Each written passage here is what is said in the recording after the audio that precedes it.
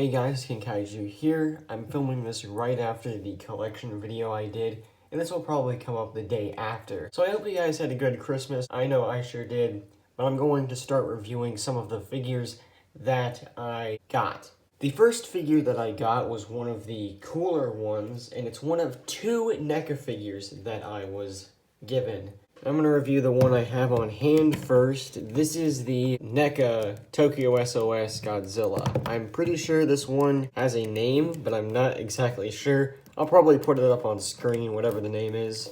But yeah, let's get into detail. But actually, no, before that, you guys might have noticed that I deleted a lot of videos off the channel recently. This wasn't really for any particular reason. I just thought my old videos were kind of cringe and bad, so I decided to delete them. So Kaiju reviews are now very, very short. We only have like a 3 or 4, I think. So this will be a start to a new beginning. But anyway, back onto detail. We'll go up from his face to the tip of his tail. His face is very, very nice. You can get little hints of that yellow paint. And I'm not a fan of the yellow paint. I'm not a big fan of it at all. However, if we make him look up, the chin is not actually too bad. I don't think that's too bad at all. If we open the mouth, you can see a lot of nice detail in its mouth. On his eye, if it will focus. Okay, for some reason it's not wanting to focus, but his eye has a lot of nice detail. This eye is just the same. It also has a lot of great detail. Going down his neck, the detail is pretty good. You can actually see a little bit of weathering right there. Also, for some reason, this neck joint, it's kind of rubbery. It's made out of like some sort of rubber material. I don't know what it is, but I kind of like it. It's very, very nice. You can also see more of those electric hints. Going down to the arms, you can see more. The hands are probably the worst parts. I'm not gonna lie. The paint on them just is absolutely terrible. I do not like the paint here at all. On the underside of the arm, it's actually not too bad. I like the brown as if it's almost being shaded, but I do not like the hands. We'll just flip those over for my own sake. The top of the hands are pretty nice. You got those nice claws, if it will... Guess it's not going to focus. Okay. Well, the claws are very, very nice. Just, if you can hide this. The other arm is basically the same. Still is crap paint on the other side of the hand, but the top is not too bad. Get some more electric shocks. Going down the spines, I really like them. They are possibly the nicest parts of the figure. I have not seen Tokyo SOS, so I'm not sure exactly what this scene is supposed to be, but I have a lot of questions, especially around this. Half of them are not lit up, but some of them are. I have a lot of questions, but needless to say, the paint here is great. This is probably the best painted part of the figure. On the other side, it looks just as nice. Coming down to the chest, you can see the Tokyo SOS scar. The paint is not terrible here, but it's still not great. Down to the legs and groin, it's not bad. More of that shading effect here. The yellow kind of gets a bit cheap looking down here on the legs. And on the feet, you can also see it. Also some nice claw paint. Same here on the other foot. And even a little bit on the tail, you can see some of that shaded light. Here on the tail, you can see more of that blue paint, which I'm assuming is his atomic breath.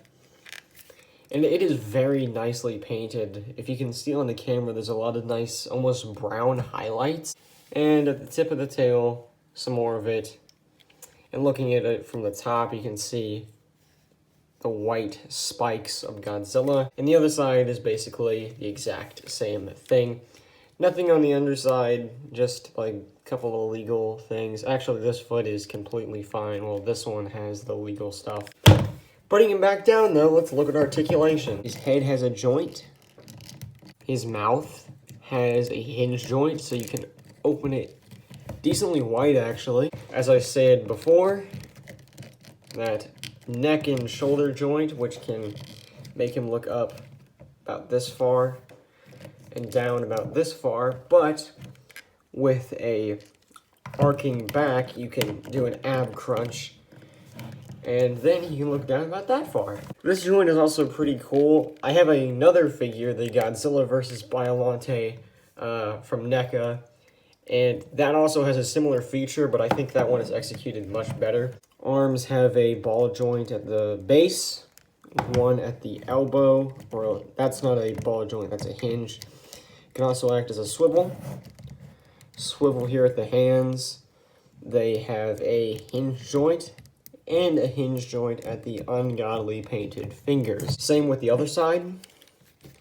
Legs are incredibly tight, but they have a joint at the base, a very, very tight joint at the knee, so I'm not even going to try and move that.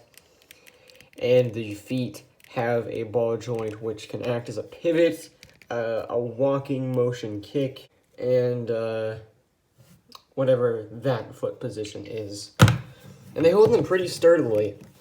But moving on to the tail, ball joint right there at the base of the tail, then one right here, then another one right here. And this is the part where you actually attach the tail, so then there's one right here,